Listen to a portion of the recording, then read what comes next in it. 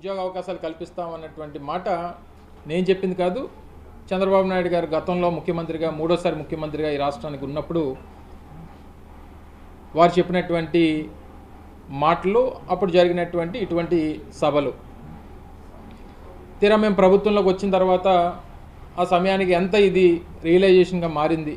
సహజంగా 2018లోనే ఇప్పుడు అయ్యింది అనుకోండి, ఓ సంవత్సరంలోనే పెద్దగా రియలైజేషన్ అనేటువంటిది ఉండదు, ప్రాసెస్ పడుతుంటుంది. ఒక ఇండస్ట్రీ రావాలనంటే దానికి భూములు కేటాయింపు జరగాలి, కావాల్సినటువంటి అప్రూవల్స్ ఇవ్వాలి, ఇవన్నీ ఒక ప్రొసీజర్ ప్రకారం జరుగుతూ ఉంటాయి కాబట్టి సమయం పడుతుంది. అందులోనేమి పెద్ద కొత్తగా చెప్పాల్సినటువంటి పని లేదు. అయితే మేము ప్రభుత్వంలోకి వచ్చిన తర్వాత చంద్రబాబు నాయుడు గారు 2015, 16, 17లో చేసినటువంటి ఒప్పందాలు ఏ మేరకు రియలైజేషన్ జరిగినాయి, ఎంత మేరకు పెట్టుబడులుగా ఇవి రూపాంతరం చెందాయని చెప్పి చూస్తే మొత్తం మీద 35,000 కోట్ల రూపాయలు. అంటే వారు చెప్పింది 19 లక్షల కోట్ల రూపాయలు, రియలైజ్ అయినటువంటి పెట్టుబడులు ఏమో 36,000 నుంచి 35,000 కోట్ల రూపాయలు. అంటే percentage of MOUs transferred into realisation 2%. సరే, ఆ రోజు కూడా చాలా సందర్భాల్లో మాట్లాడినప్పుడు ఆ రోజు కూడా చాలా క్లియర్గా చెప్పడం జరిగింది.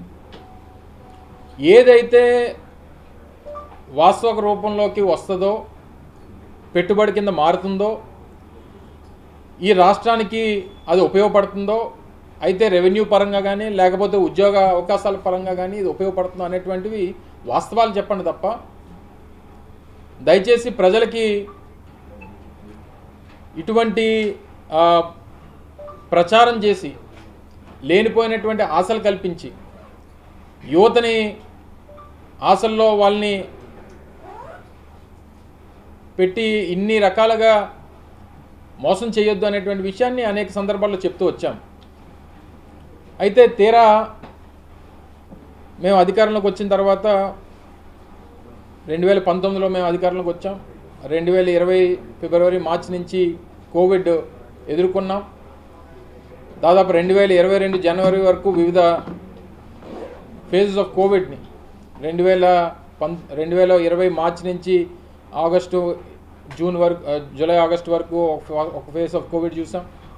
మళ్ళీ ఏప్రిల్ నుంచి సెకండ్ వేవ్ ఆఫ్ కోవిడ్ చాలామంది ప్రాణాలు తీసినటువంటి పరిస్థితులు చూసాం. మళ్ళీ తిరిగి జనవరి 2022 వరకు 3 ఫేజ్ ఆఫ్ కోవిడ్ని చూసాం. పూర్తిగా ఇంటర్నేషనల్ ట్రావెల్ రెస్ట్రిక్షన్స్, ఒకరినొకరు కలుసుకోవడం అనేటువంటి రెస్ట్రిక్షన్స్, ఇన్ని రెస్ట్రిక్షన్స్ మధ్య 2022 కాస్త ప్రపంచవ్యాప్తంగా, మన దేశవ్యాప్తంగా లేదా రాష్ట్ర వ్యాప్తంగా అన్నీ సద్దుమణిగిన తర్వాత ఆ రోజు జగన్మోహన్ రెడ్డి గారు ముఖ్యమంత్రిగా, నేను సంబంధించినటువంటి శాఖ మంత్రిగా ఆ రోజు ఒక నిర్ణయం తీసుకొని ఒక సమిట్ని, ఇన్వెస్టర్స్ సమిట్ ఏర్పాటు చేయాలని చెప్పి రాష్ట్ర వ్యాప్తంగా మనకు ఉన్నటువంటి రిసోర్సెస్ని అన్నింటినీ కూడా ప్రపంచానికి, దేశవ్యాప్తంగా ఉన్నటువంటి ఇండస్ట్రియలిస్టులకి మనం షోకేస్ చేయాలి అనేటువంటి ఉద్దేశంతో 2023 మార్చిలో ఇన్వెస్టర్స్ సమిట్ నిర్వహించాం. ఇన్వెస్టర్స్ సమిట్ నిర్వహించినప్పుడు కూడా చాలా క్లియర్గా జగన్మోహన్ రెడ్డి గారు ఆ రోజు ముఖ్యమంత్రిగా వారు చెప్పింది ఏంటంటే, డైరెక్షన్స్ అధికారులకు కానీ మంత్రులుగా మాకు కానీ ఏదైతే వాస్తవ రూపంలో మనం MOU చేసుకున్న తర్వాత అది పెట్టుబడిగా మారుతుందంటేనే వారితో MOU చేసుకోండి. లేని పక్షంలో మనకి ప్రచార ఆర్భాటాలు ఉండడానికి వీల్లేదు. లక్షల కోట్లని చెప్పి అవి రేపు పొద్దున వాస్తవిక రూపంలోకి రాకపోతే మన మీద ఉన్నటువంటి క్రెడిబిలిటీ పోతుంది అనేటువంటి మాట ఆ రోజు ముఖ్యమంత్రిగా జగన్మోహన్ రెడ్డి గారు చెప్పడం జరిగింది. సో ఇవన్నీ జరిగినటువంటి క్రమంలో తర్వాత 2023 మార్చిలో జరిగినాయి. ప్రతి నెల జగన్మోహన్ రెడ్డి గారు దీని మీద రివ్యూ చేస్తూ ఉండేవారు.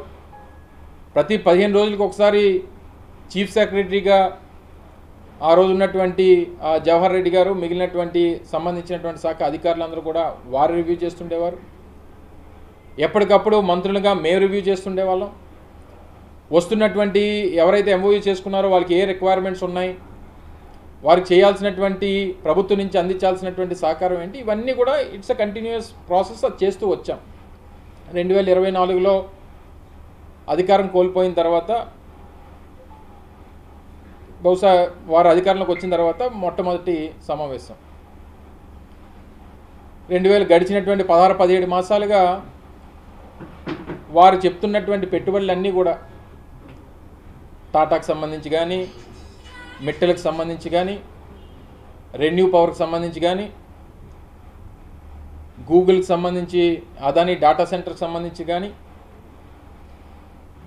అంటే మీరు కొత్తగా ఏం తీసుకొని వచ్చారు, కొత్తగా ఏం ఇన్వెస్ట్మెంట్స్ని ఇక్కడికి ఆకర్షించారు అనేటువంటి విషయం మీద ఇప్పటికీ కూడా క్లారిటీ ఇవ్వలేకపోతున్నారు. నిన్న మొన్న సభలు జరిగినాయి. చాలామంది బిజినెస్ లీడర్స్ అందరూ కూడా దేశవ్యాప్తంగా వస్తారు, వచ్చి ఒక మెసేజ్ని రాష్ట్ర ప్రజలకు ఇస్తారని చెప్పి అందరం కూడా ఆశించాం. సహజంగా జరిగేది ఏంటి, నిన్న వారు చంద్రబాబు నాయుడు గారు మాట్లాడుతూ గత 5 సంవత్సరాల్లో 2019-24 మధ్యలో ఇండస్ట్రియలిస్టులు అందరూ కూడా బెదిరిపోయారు, భయపడిపోయారు, విధ్వంసం చూసి ఎవరో రావడం మానేశారు అనేటువంటి మాటలు మాట్లాడినట్టుగా చూశాను నిన్న. ఎందుకంటే కొంతమంది టీవీ మిత్రులు కూడా కొన్ని ఛానల్స్ని పంపించలేదు. కొంతమందిని అలౌ చేశారు, కొంతమంది అలౌ చేయలేనట్టుంది నాకు తెలిసి సమాచారం, నాకున్నటువంటి సమాచారం మేరకు. తీరా నేను ఇది చూసిన తర్వాత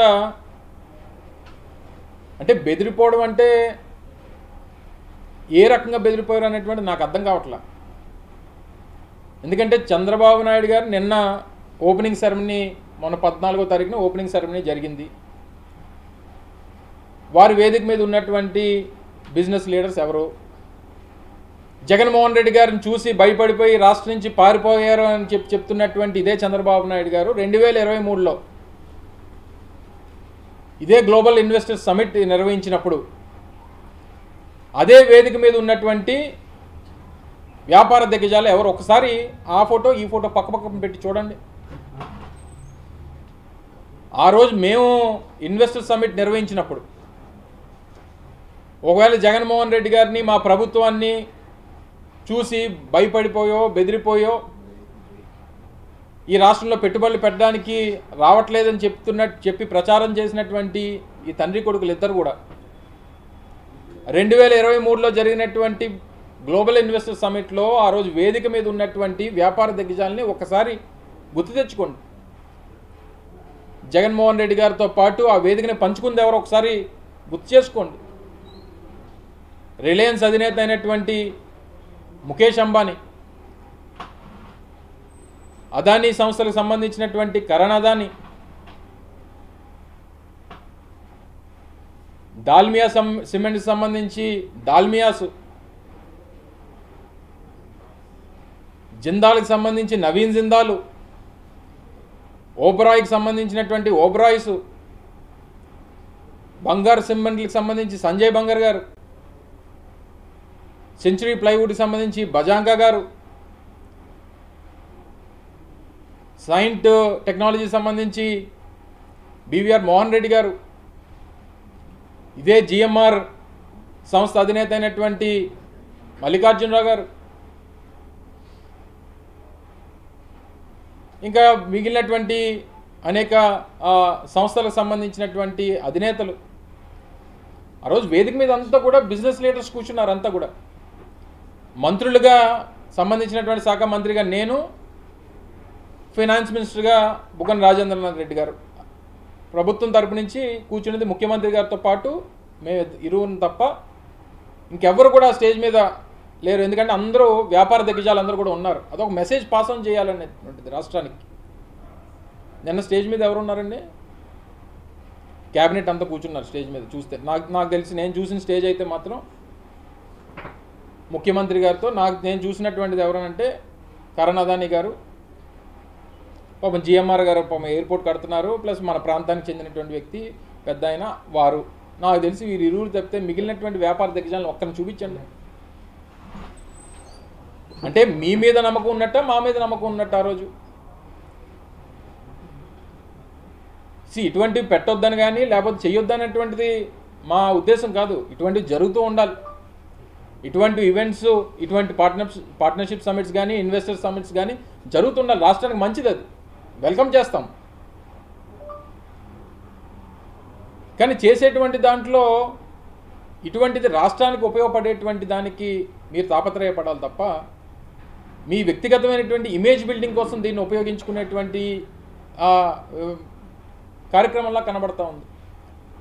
కొడుకేమో తండ్రిని పొగుడతాడు, తండ్రి ఏమో కొడుకుని పొగుడతాడు.